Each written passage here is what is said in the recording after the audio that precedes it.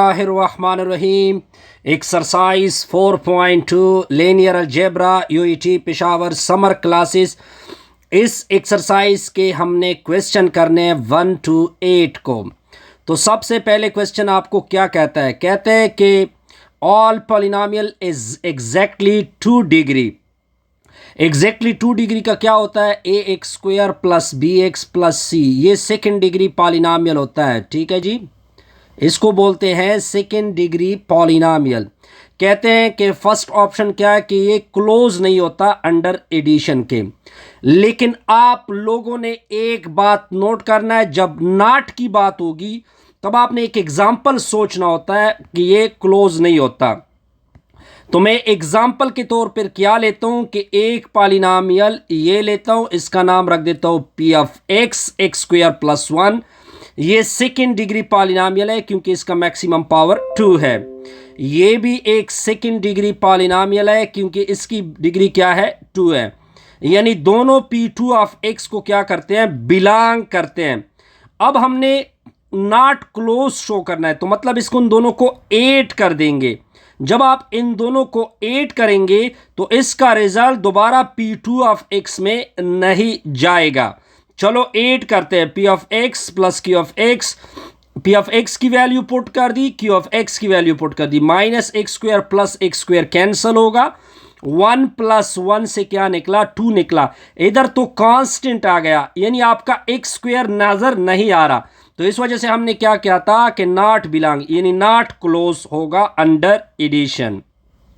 अब आगे जाएंगे नेक्स्ट एग्जाम्पल के ऊपर। इसके पार्ट नंबर बी के ऊपर जाते हैं। तो पार्ट नंबर बी को देखते जाइए।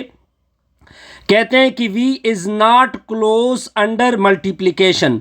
क्लोज अंडर मल्टीप्लिकेशन यानी क्लोज अंडर मल्टीप्लिकेशन होगा या नहीं होगा। पहले प्रॉपर्टी सी के प्रॉपर्टी क्या कहता है कि अल्फा बिलोंग टू फील्ड होगा और V belong to set V. यहाँ पे सेट वी आपको P2 ऑफ x गिवन है और यहाँ पे जो फील्ड होता है वो R होता है। अब हमने ये प्रॉपर्टी शो करनी है कि अल्फा वी क्या वी को बिलोंग करता है या नहीं करता। तो हम अपने क्वेश्चन के मुताबिक P ऑफ x एक second degree polynomial P2 of x से लेंगे। तो हमें पता है कि जर्नल सेकेंड डिग्री पॉलिनोमियल इस फॉर्म में होगा। अल्फा एक रियल नंबर लेंगे। अब हमने अल्फा को इसके साथ मल्टीप्लाइड करना है, तो मैंने अल्फा को सारों के साथ मल्टीप्लाइड कर दिया। अब अगर मैं अल्फा को 0 कंसीडर कर दूं, क्योंकि रियल सी लिया है ना, रियल में 0 भी है, तो 0 से मल्टीप्लाइड करोगे तो पूरा टर्म क्या होगा? 0 होगा। क्या ये सेकेंड डिग्री पॉलिनोमियल आ गया? नो, क्योंकि यहाँ पे कोई एक्स स्क्वायर नहीं है। तो लिहाजा alpha dot P of X not belong to P2 of x होगा। ठीक है जी, तो इसका मतलब ये बना कि V not close under scalar multiplication. अब जाएंगे जी एक नेक्स्ट क्वेश्चन 2 के ऊपर। अब देखते जाइए। अब आपको वी एक सेट गिवन है जी 2 क्रॉस 2 का मैट्रिसेस। आपके साथ एक कंडीशन भी गिवन है कि क्या ये क्लोज होगा अंडर एडिशन या नहीं। सिंपल तरीका क्या है कि आपने 2 मैट्रिसेस लेने हैं इस जैसे। तो सिंपल क्या होगा? A1 किस फॉर्म में होगा? मान लो A1 B1 और साथ में होगा C1 D1। फिर आपका A2 आपने लेना है, किस फॉर्म में लेंगे? देखते जाइए। A2, B2, C2, D2। अब देखिए A1 और A2 दोनों कहाँ को बिलोंग करते हैं? V से बिलोंग करते हैं। जब V से बिलोंग करेंगे तो इसकी कंडीशन A1 की कंडीशन क्या होगी? इसी के मुताबिक होगी, यानी A1 B1 C1 D1 का रिजल्ट किसके बराबर होगा? 0 के बराबर। सिमिलरली A2 भी ये कंडीशन सेटिस्फाइड करेगा, तो A2 B2 C2 और D2 इक्वल टू में क्या होगा? 0 होगा।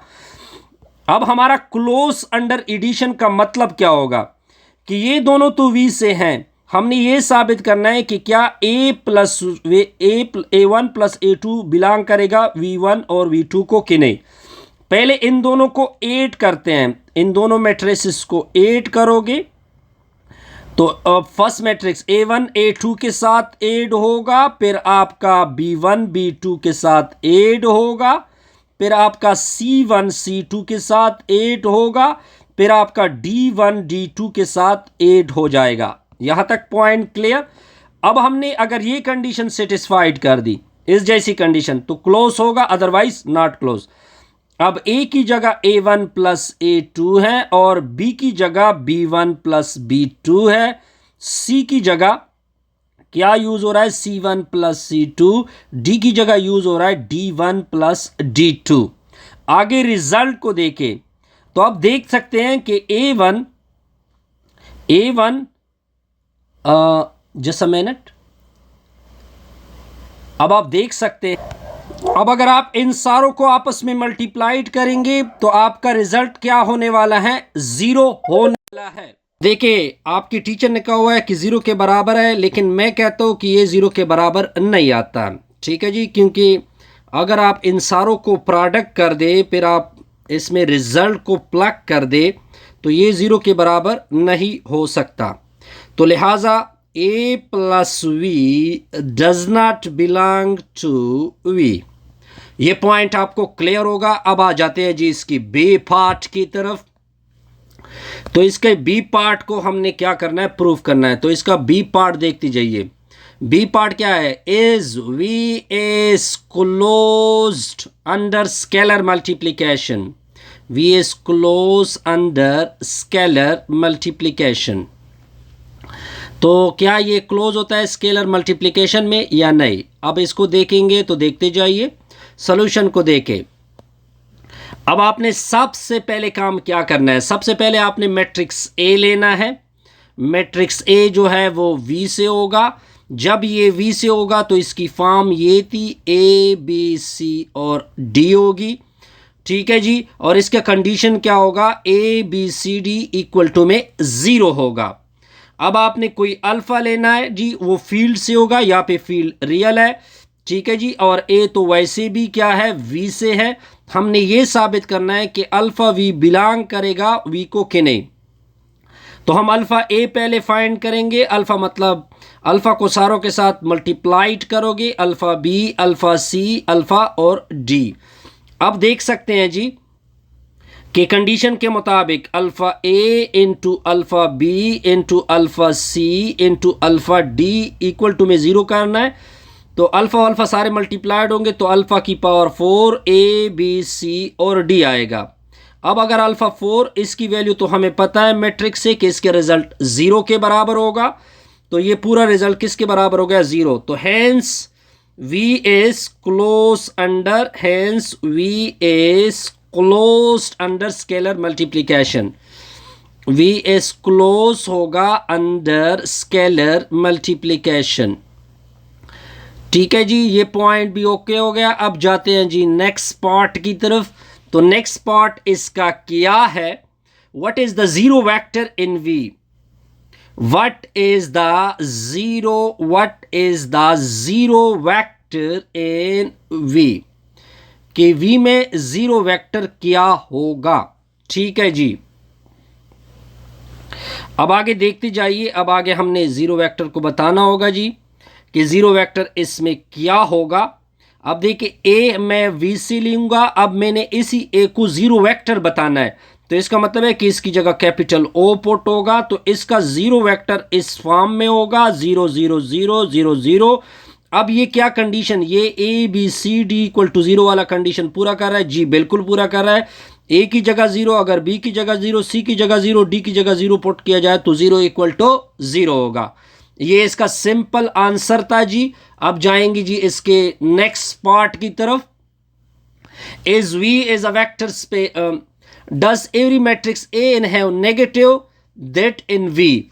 अब हमने डी पार्ट को एक्सप्लेन करना है। तो डी पार्ट को देखते जाइए, क्या इसका कंडीशन है? डज एवरी मैट्रिक्स ए, क्या every matrix A belong to V have a negative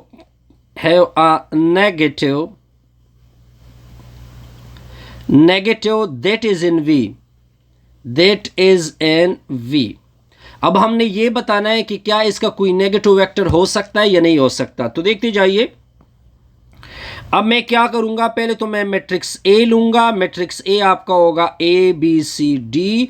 इसके ऊपर कंडीशन क्या थी, A B C D equal to 0 था। अब माइनस ए बिलोंग करेगा वी को, अगर ये कंडीशन भी साथ साथ क्या हो जाए, सेटिस्फाइड हो जाए।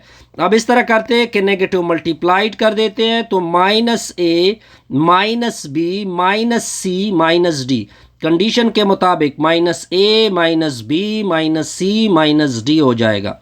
तो minus minus plus plus minus minus, तो इससे प्लस आएगा ए बी सी डी। इसका रिजल्ट तो हमें पता है 0 का इक्वल है जी। तो इसका मतलब है कि माइनस ए यस एग्जैक्टली किसको बिलोंग करेगा, सेटिस्फाइड करेगा, क्योंकि जब हमने नेगेटिव मल्टीप्लाइड किया फिर भी क्या हो रहा है जी, कंडीशन सेटिस्फाइड हो रहा है।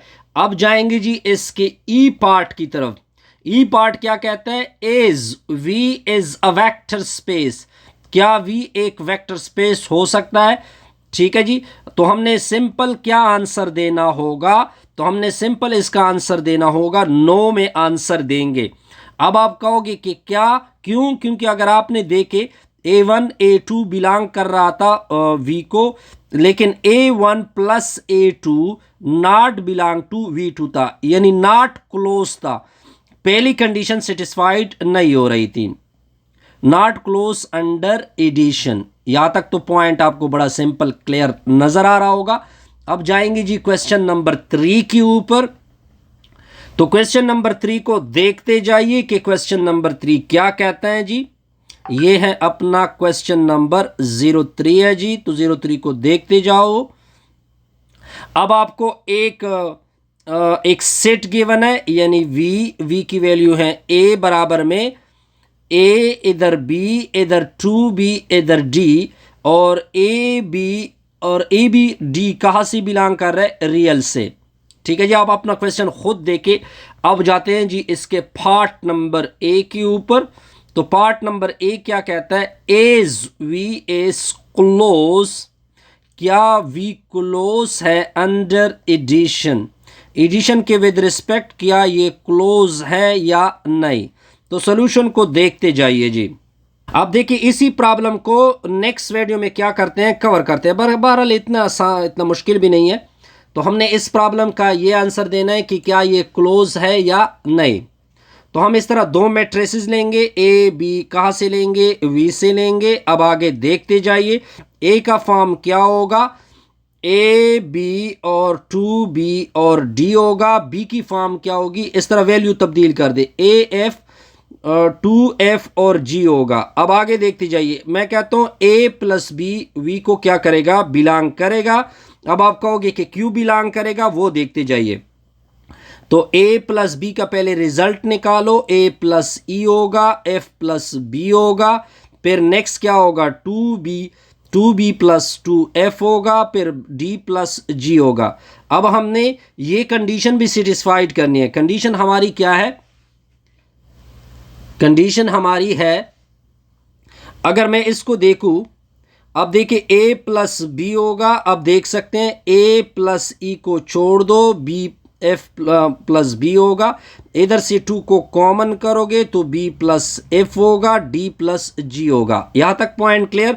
देखिए आपका वही मैट्रिक्स फॉर्म आ रहा है। आप देख सकते हैं कि इधर a आ गया, ये मान लो b हो गया, ये आपका 2 और साथ में b हो गया, ये आपका d हो गया।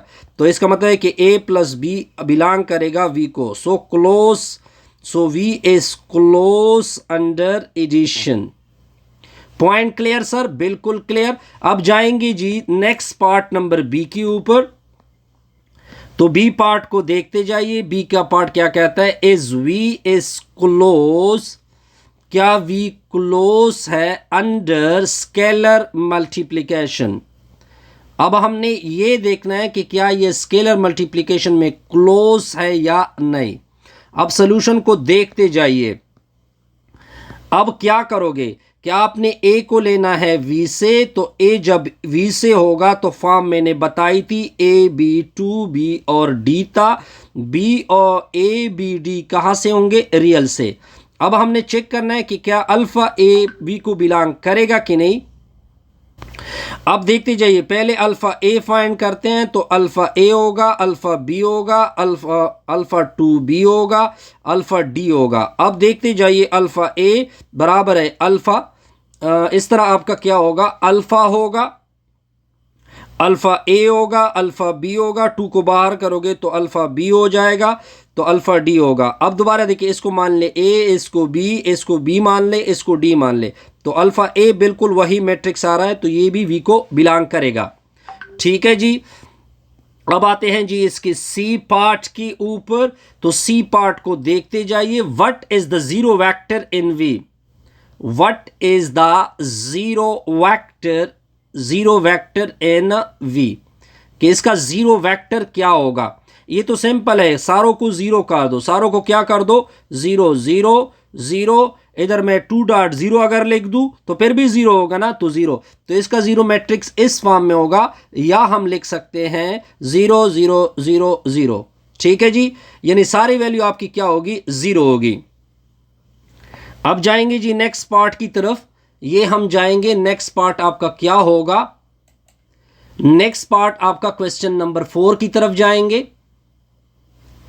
आई थिंक आपके बस यहाँ तक काफ़ी है जी। नेक्स्ट वीडियो में देखते हैं नेक्स्ट रिजल्ट को। Best wishes, good luck.